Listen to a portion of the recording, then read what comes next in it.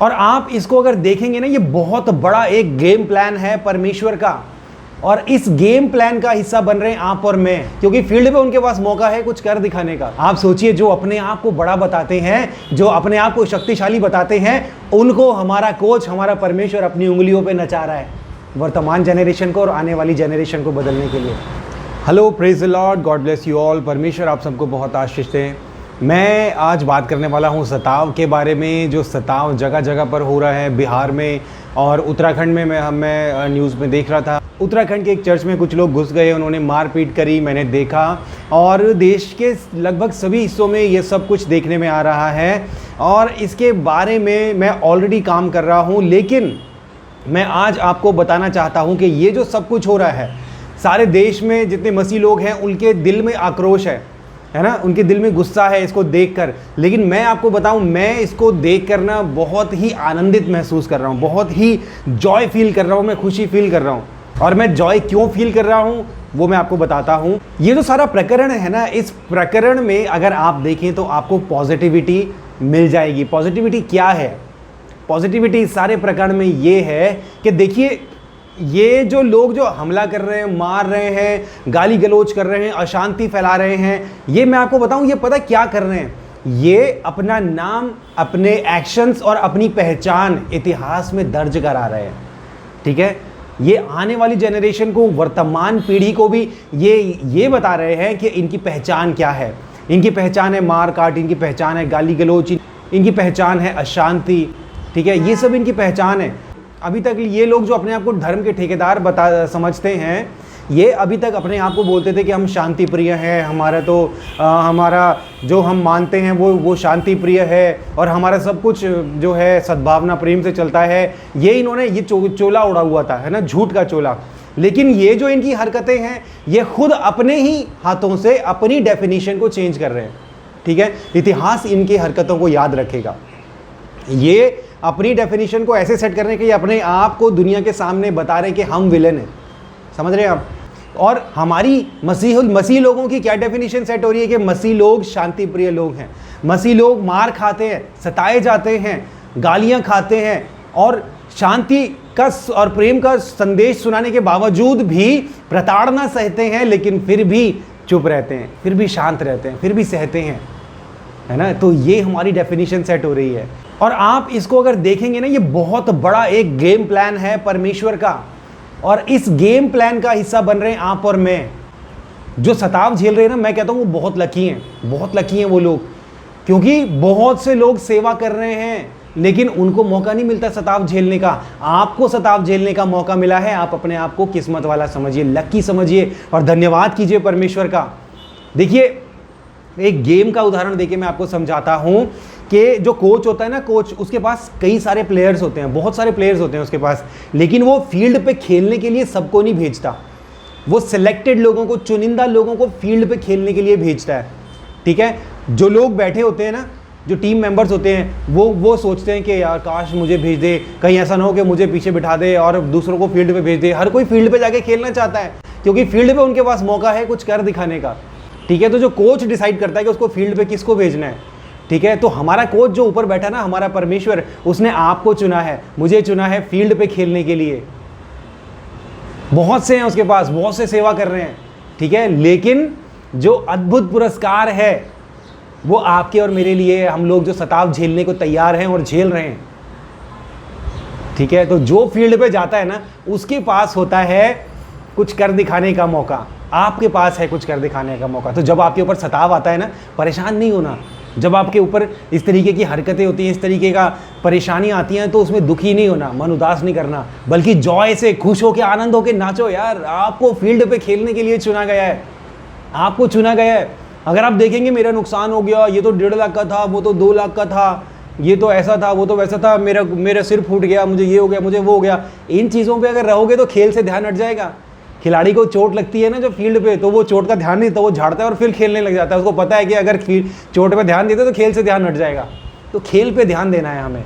ये जो ऊपर जो बैठा है ना, जो हमारा कोच है, जो ये सारा गेम प्लान रचा है जिसने, उसने पता क्यों ये गेम प्लान रचा है? ये सारी चीज़ें जो हैं उसके द्वारा रची गई हैं। और ये जो लोग ये कर रहे हैं ना, ये खुद से नहीं कर रहे हैं, परमेश्वर इनसे करा रहे हैं। क्योंकि परमेश्वर इस सारे देश में एक ज़बरदस्त रिवाइवल लाना चाहते हैं। ये सारा देश परमेश्वर बदलना चाहते हैं एक पूरी जनरेशन के साथ। ये जो वर्तमान जनरेशन है ना, इस जनरेशन को चुना गया है आने वाली पीढ़ियों को मसीह बनाने के लिए।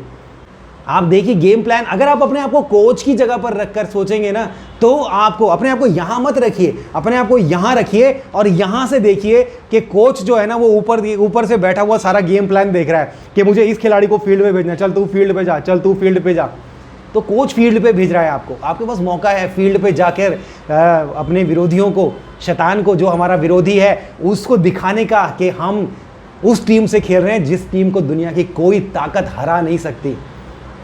हमारा कोच ऐसा कोच है कि जो दुनिया में सबसे बड़ा है और उससे बड़ा इस दुनिया में और कोई नहीं है।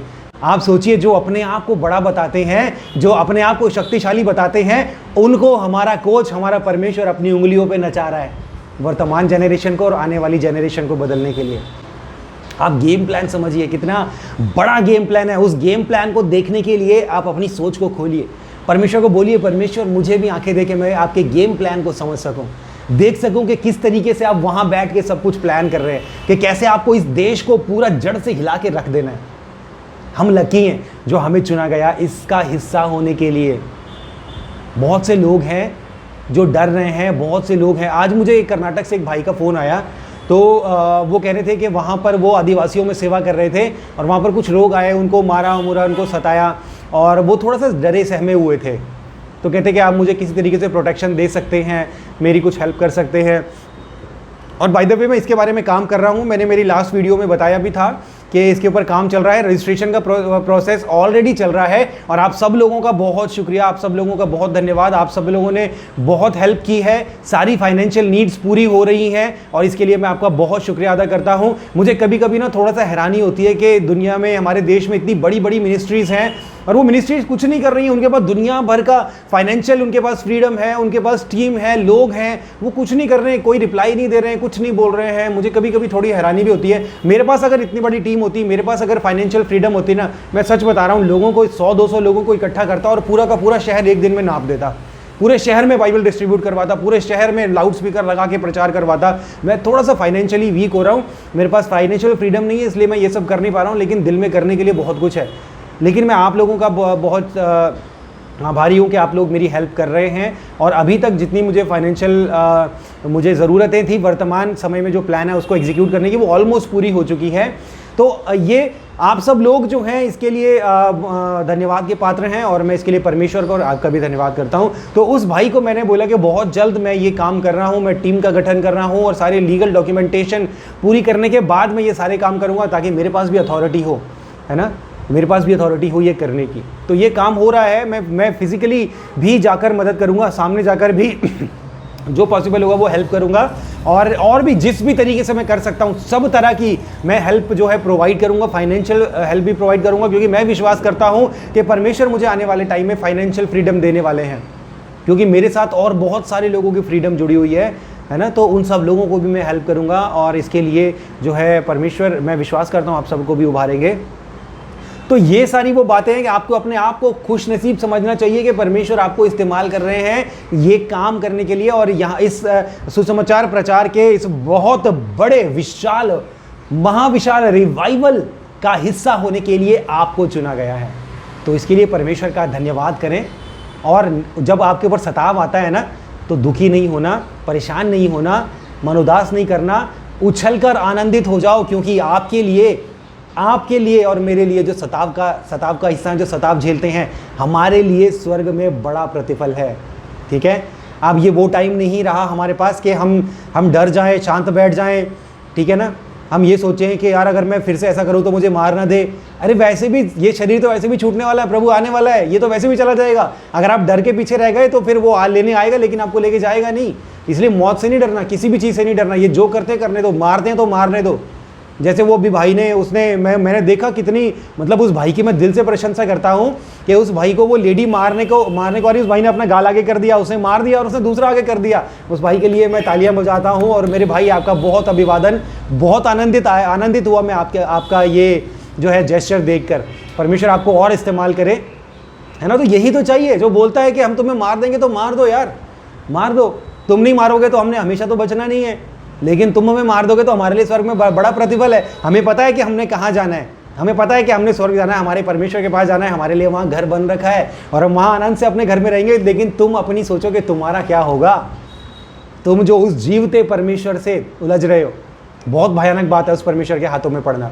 तो जितने भी मेरे हिंदू भाई बहन और जितने भी जितने भी कौम हमारे देश में है, मैं उन सबको ये कहना चाहता हूँ कि आप सब ये प्रकरण देख रहे हैं और आप देख रहे हैं, आप गवाह हैं इस बात के कि कौन था जो मार रहा था, कौन था जो सता रहा था, कौन था जो परसिक्यूट कर रहा था, कौन था जो गालियां दे रहा था, और वो कौन था जो हाथ जोड़ के और सर झुका के बड़े प्रेम और शालीनता से, नम्रता से सब कुछ सह रहा था।